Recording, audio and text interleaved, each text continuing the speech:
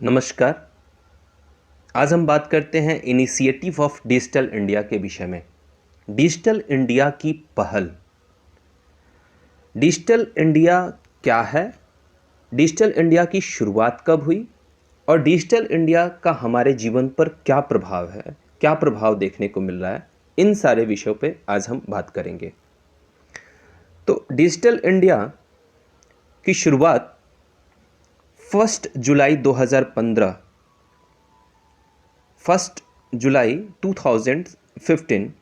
Government of India launch a digital India scheme. 1 जुलाई 2015 को भारत सरकार के द्वारा डिजिटल इंडिया स्कीम को लॉन्च किया गया। अब डिजिटल इंडिया को लॉन्च तो किया गया, लेकिन किसी भी चीज़ को लॉन्च करने का कोई ना कोई उद्देश्य होता है। तो vision of digital India, the vision of digital India programmes is to transform India into a digitally empowered society and knowledge economy। Digital India का मुख्य उद्देश्य था भारत देश को पूर्ण रूप से डिजिटलाइज करना, सारे कार्यों को डिजिटल फॉर्म देना। और डिजिटल इंडिया कार्यक्रम का दृष्टिकोण भारत को डिजिटल रूप से सशक्त समाज और ज्ञान अर्थव्यवस्था में बदलना है। इसका मेन विजन यही है। अगर हम डिजिटल इंडिया के विषय में अगर देखते हैं तो डिजिटल इंडिया स्कीम आने के बाद हमारे जीवन में बहुत बदलाव देखने को मिला। हमारे समाज के अंदर, हमारे जीवन में कई प्रकार के बदलाव देखने को मिले। आज अगर हम बात करें तो अगर नेटवर्क्स कनेक्टिविटीज़ की बात करें, अगर हम ब्रॉडबैंड की बात करें, मोबाइल कनेक्टिविटी की बात करें, पब्लिक इंटरनेट एक्सेस की बात करें, ई गवर्नेंस की बात करें, e Kranti, information for all, electronic manufacturing, IT for job, early harvest programmes, इन सारे चीज़ों पे अगर हम देखें तो ये डिजिटल इंडिया का प्रभाव है, डिजिटल इंडिया स्कीम का प्रभाव है। आज हम एक दूसरे से कनेक्ट हो रहे हैं, पब्लिकली हम एक दूसरे से सोशल मीडिया के थ्रू एक दूसरे से जुड़ रहे हैं। कई ऐसे सोशल प्लेटफॉर्म्स हैं, कई ऐसे सोशल साइट्स हैं जहां पे हम एक दूसरे से जुड़ने का कार्य करते हैं, पब्लिक कनेक्ट होते हैं, पब्लिकली हम एक दूसरे से कनेक्ट होते हैं। अगर हम बात करें तो ई गवर्नेंस, आज गवर्नमेंट्स के कई ऐसे वेबसाइट हैं जिस पर जाके हम गवर्नमेंट से रिलेटेड इंफॉर्मेशंस को प्राप्त करते हैं। अगर डिजिटल इंडिया स्कीम्स जब से आया हमारे जीवन में ये ई क्रांति का प्रभाव देखने को मिला।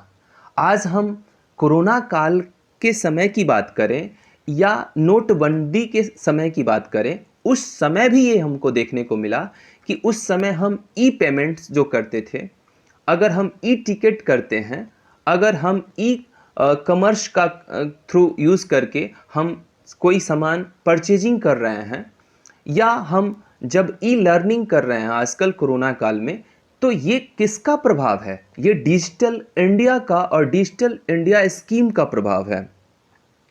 आज हम कोई भी इंफॉर्मेशंस को तुरंत प्राप्त कर लेते हैं, तो कहीं ना कहीं हमारे साथ सॉफ्टवेयर्स, उस प्रकार के वेबसाइट्स और कंप्यूटर्स, डिवाइसेस का यूज है, वो डिजिटल इंडिया का प्रभाव है, जिससे कि हमको इंफॉर्मेशन तुरंत प्राप्त हो जाता है।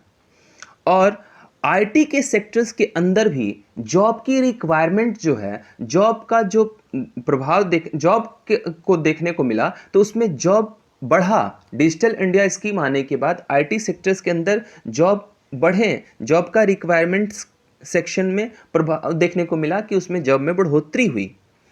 और अगर डिजिटल इंडिया का अगर हम मेन मोटो देखें, डिजिटल इंडिया का मेन गोल अगर हम कहें, तो डिजिटल इंडिया का मुख्य उद्देश्य है पूरे रूप से डिजिटल इंडिया का प्रभाव पूरे देश पर देखने को मिले, पूरे रूप से हमारा देश डिजिटल फॉर्म में हो जाए, मतलब कि हमारे जो कार्य हैं वो कहीं ना कहीं पेपरलेस हो, हमारे कोई भी कार्य जो हो वो डिजिटल रूप से, हमारे डॉक्यूमेंट्स, हमारे जो एक्टिविटीज़ हैं वो डिजिटल रूप से, हमारे रिकॉर्ड जो है वो मेंटेन रहे। तो पेपरलेस अगर हम ई पेमेंट्स करते हैं, ई शॉपिंग कर रहे हैं, अगर हम इंफॉर्मेशंस को गैदरिंग करने के लिए कोई वेबसाइट्स की मदद लेके उस के वहाँ से इंफॉर्मेशंस को प्राप्त करते हैं, तो ये अब ट्रेडिशनल नहीं रहा, पहले के तरह परंपरागत नहीं रहा। अब कहीं ना कहीं हमारे जीवन पे बहुत बड़ा प्रभाव देखने को मिल रहा है कि हम इंफॉर्मेशन को गैदरिंग करने की बात है, ई पेमेंट्स की बात है, ई टिकटिंग की बात है, ई लर्निंग की बात है, तो हम कहीं क्या है हमारे जीवन में ये देखने को मिल रहा है कि हम डिजिटल रूप की दुनिया में, डिजिटल फॉर्म के रूप में, डिजिटल दुनिया के में हम प्रवेश कर रहे हैं और हमारे जीवन पे बहुत बड़ा प्रभाव देखने को मिल रहा है डिजिटल इंडिया का। उसके बाद बात करें तो many types of initiative have been taken under digital India scheme. बहुत प्रकार के पहल हुए डिजिटल इंडिया स्कीम के थ्रू, जिसके बारे में हम यहाँ पे कुछ जैसे यहाँ पे दिखाया गया है attendance.gov.in या डिजिटल लॉकर। इसके डिजिटल लॉकर के बारे में भी हम आगे के वीडियो में बताएंगे आपको, जब उसके बारे में हम वीडियो बनाएंगे। तो यहाँ पे attendance.gov.in, it is a website lunch under the scheme of digital India. ये डिजिटल इंडिया स्कीम के थ्रू लंच किया हुआ वेबसाइट है। To keep the records of attendance of government employees on a real time basis। ये क्या करता है कि गवर्नमेंट एम्प्लॉय के रिकॉर्ड्स को मेंटेन करके रखता है। This initiative started with implementation of a common biometric attendance system in the central government office located in Delhi। ये जो बायोमेट्रिक अटेंडेंस सिस्टम है, इसको सेंट्रल गवर्नमेंट ऑफिस है जो कि दिल्ली में है, वो इसको कंट्रोल करती है। और इस वेबसाइट पे बहुत ऐसे जो ऑर्गेनाइजेशंस हैं जो वहाँ उसमें रजिस्ट्रेशन उनका है और उनके एम्प्लॉय का जो भी अटेंडेंस बनता है वो वहाँ पे बाकायदे वहाँ पे शो करता है कि इतने एम्प्लॉयज़ का अटेंडेंस है आज के डेट में, इतने लोग इस वेबसाइट पे रजिस्टर्ड हैं। ये सारी चीज़ वहाँ पे हमको, जब हम attendance.gov.in इस वेबसाइट को जब हम गूगल्स पे सर्च करते हैं जाके, तो वहाँ ये इन्फॉर्मेशंस देखने को मिलता है कि जो गवर्नमेंट एम्प्लॉयज़ हैं जिनका रजिस्ट्रेशन इस वेबसाइट पे जाके हुआ है, जिनका रजिस्ट्रेशन हो चुका है, वो अपना अटेंडेंस का जो भी रिकॉर्ड होता है वहाँ पे वो शो करता है। और यहाँ जो अटेंडेंस बनता है वो बायोमेट्रिक अटेंडेंस सिस्टम्स के थ्रू बनता है। बायोमेट्रिक अटेंडेंस सिस्टम्स का यूज़ होता है।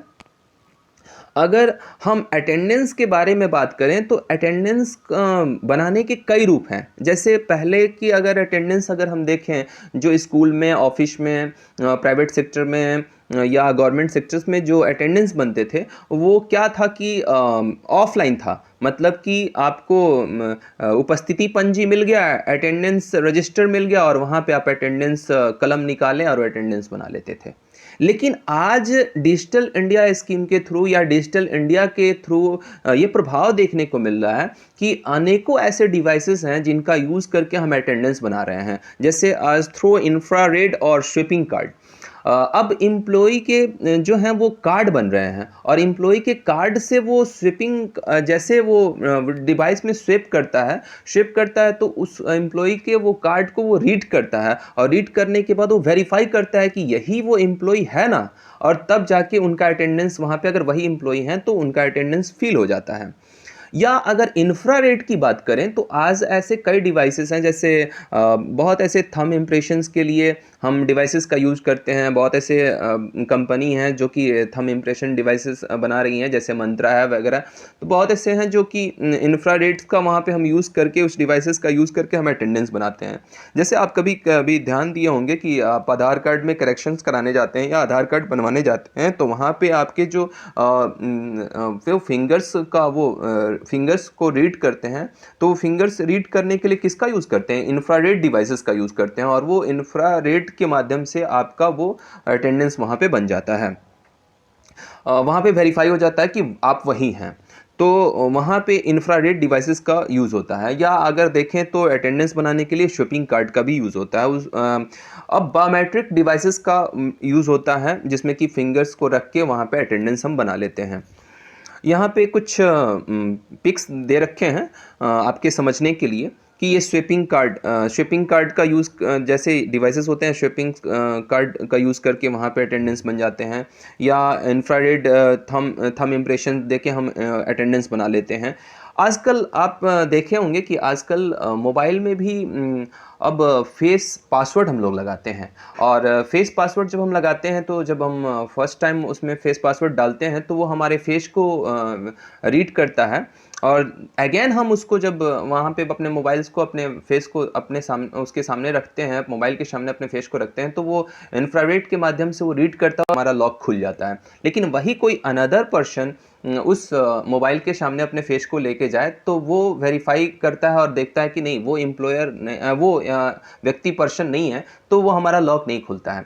तो जिस प्रकार से हम अपने मोबाइल में फेस लॉक का कमाल देख रहे हैं, उसी प्रकार से आजकल इंफ्रारेड कैमरे, उस प्रकार के डिवाइस आ गए हैं, जिससे कि आपका फेस भी वहाँ पे अगर रजिस्टर्ड हो जाए, तो आपके फेस से वो आपका अटेंडेंस वहाँ पे बनेगा, आपका फेस वो इंफ्रारेड के थ्रू वो रीड कर लेगा। तो ये हुआ बायोमेट्रिक डिवाइसेस, जिसमें कि हम फिंगर्स रख के अटेंडेंस बना लेते हैं। तो इस प्रकार से हम आज देख रहे हैं कि हमारे जीवन में डिजिटल इंडिया का बहुत बड़ा प्रभाव देखने को मिल रहा है, और डिजिटल इंडिया के थ्रू हमारे कार्य भी सरल और सहज हो गए हैं। हमारे कार्य में एक नवाचार देखने को मिल रहा है, हमारे कार्य में एक नया स्वरूप देखने को मिल रहा है, ये डिजिटल इंडिया के थ्रू। आप समझ चुके होंगे कि डिजिटल इंडिया का हमारे जीवन पर क्या प्रभाव पड़ रहा है, और डिजिटल इंडिया की शुरुआत कब हुई, डिजिटल इंडिया को शुरू किसने किया, और डिजिटल इंडिया के थ्रू कई जो पहल हो रहे हैं, उस पहल के अंदर हम लोगों ने आज देखा attendance.gov.in, और अगले वीडियो में हम लोग देखेंगे डिजिटल लॉकर के विषय में कि डिजिटल लॉकर क्या है। इस वीडियो को मैं भी आगे बनाऊंगा। धन्यवाद आप सभी को, धन्यवाद।